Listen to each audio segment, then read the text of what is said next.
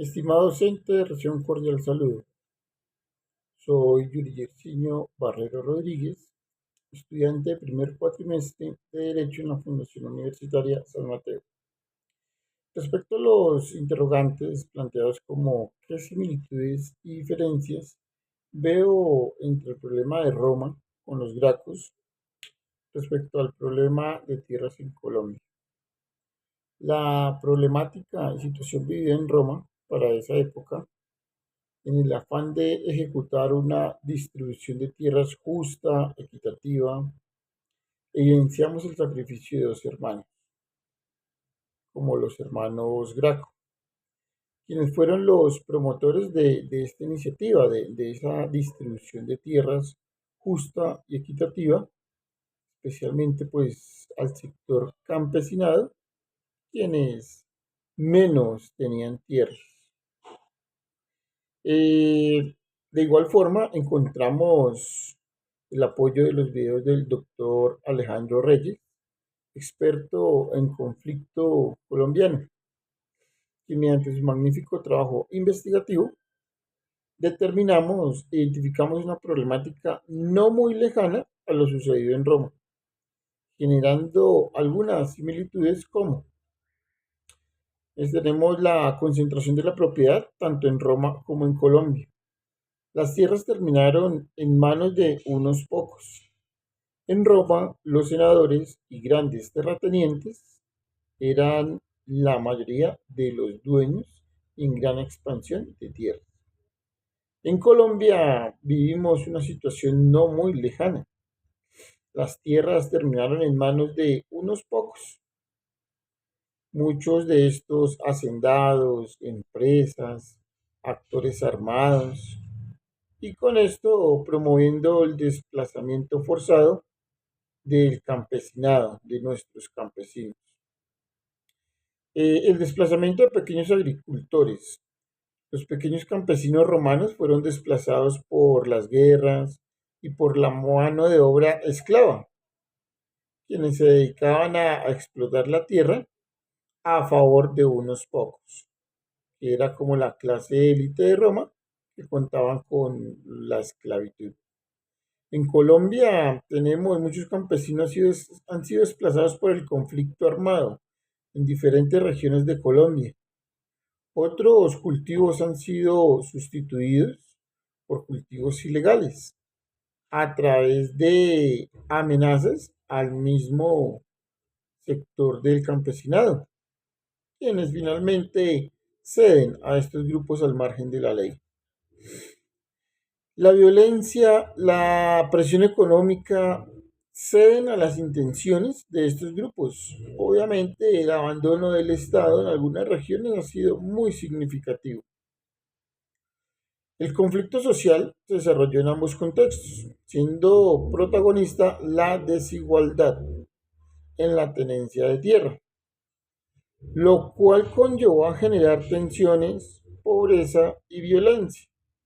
Muchos de estos campesinos llegaban a las grandes ciudades a pasar necesidades bajo la figura de desplazados, quienes en medio sus, de su correría y de su angustia de huir de la violencia llegaban a estas ciudades y terminaban empleándose en diferentes artes, aprendiendo otra serie de oficios para lograr subsistir. Respecto al marco legal y político, hallamos que en Roma carecía de un sistema democrático estable, mientras que en Colombia contamos con nuestra constitución, la Carta Magna. Tenemos organismos judiciales que al menos en teoría protegen los derechos de los ciudadanos. Al menos eso creemos. Finalmente identificamos que la duración del conflicto no ha llegado a su fin. Por lo menos en Colombia el problema de tierras ha persistido por más de un siglo. El conflicto armado, el intento de salir adelante, no ha permitido llegar a su fin y tener el objetivo claro de la distribución de tierras de manera equitativa. En Roma el conflicto estuvo ligado a la expansión imperial en ese momento histórico. ¿Qué opinas sobre el manejo de la ley de tierras en Colombia y en la antigua Roma? Con la reforma agraria de 1961 en Colombia, a través de la ley 135 del mismo año, fue el primer intento significativo para distribuir las tierras y modernizar el campo, creada bajo el gobierno del Frente Nacional y con apoyo de la Alianza para el Progreso de Estados Unidos. Buscaba evitar conflictos sociales y mejorar la producción agrícola en todo el país. Y asimismo, ¿por qué no podrían incrementar las exportaciones de algunos de nuestros productos?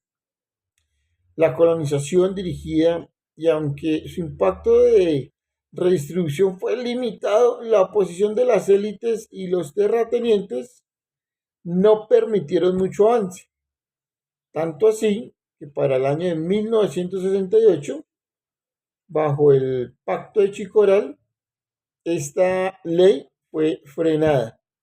Y obviamente pues los beneficiados fueron muy pocos, pero los damnificados terminaron, como siempre, el campesinado. En la antigua Roma, la ley fue usada por la élite senatorial, los senadores, los políticos, los hacendados de esta época, básicamente eran los beneficiados, los que tenían mayor expansión de tierra. Y mediante la esclavitud explotaban esta misma, desplazando a los campesinos. Existían normas que limitaban a la propiedad, no se aplicaban de manera efectiva y equitativa, y los intentos de la reforma terminaron en violencia y el asesinato de los hermanos Graco, quienes fueron los que llevaron por primera vez al Senado en Roma esta iniciativa de querer distribuir de manera justa y equitativa las tierras. Bueno, por último tenemos cuál es la importancia de una reforma agraria dentro de una sociedad. Bueno, la reforma agraria dentro de una sociedad podría ser un pilar importante para un país, porque va a promover equidad social y va a permitir que el campesinado y sus comunidades rurales accedan a recursos productivos. Y de esta manera nos beneficiamos todos. Si ellos producen en el campo, nosotros obviamente nos vamos a beneficiar con más productos. Si ellos aportan su conocimiento, obviamente vamos a tener muchísimas ventajas, tanto en la ciudad como a nivel internacional, ¿por qué no? Como pueden llegar a incrementar sus ingresos exportando muchos de estos productos. Mediante el impulso de la economía, repartir la tierra y dar el apoyo técnico y el acompañamiento de Estado a todas estas comunidades, finalmente ganamos todos. Sin embargo, la actuación de grupos al margen de la ley en nuestro país se dificulta mucho, se genera mucho abandono de Estado. Por ende, muchas de estas personas terminan inmersas en el cultivo de cultivos ilícitos, que básicamente es como su única opción, ya que terminan siendo coaccionados, amenazados y en últimas su última opción. Tenemos también, se fortalece la democracia, garantiza los derechos de propiedad y mejora la participación ciudadana en las decisiones sobre el territorio. Igualmente, pues, todos esos campesinados evitamos, al evitar esos desplazamientos forzados, evitamos también el crecimiento masivo en las ciudades, el incremento masivo de los niveles de pobreza, el incremento masivo de muchas de estas personas en las ciudades pasando necesidades. Mientras que si tenemos una distribución justa y equitativa, estas personas realmente podrían dedicarse a su arte, a sus acciones, a sus labores. Profesor, eso es todo. Muchísimas gracias. Tenga un excelente día. Éxitos.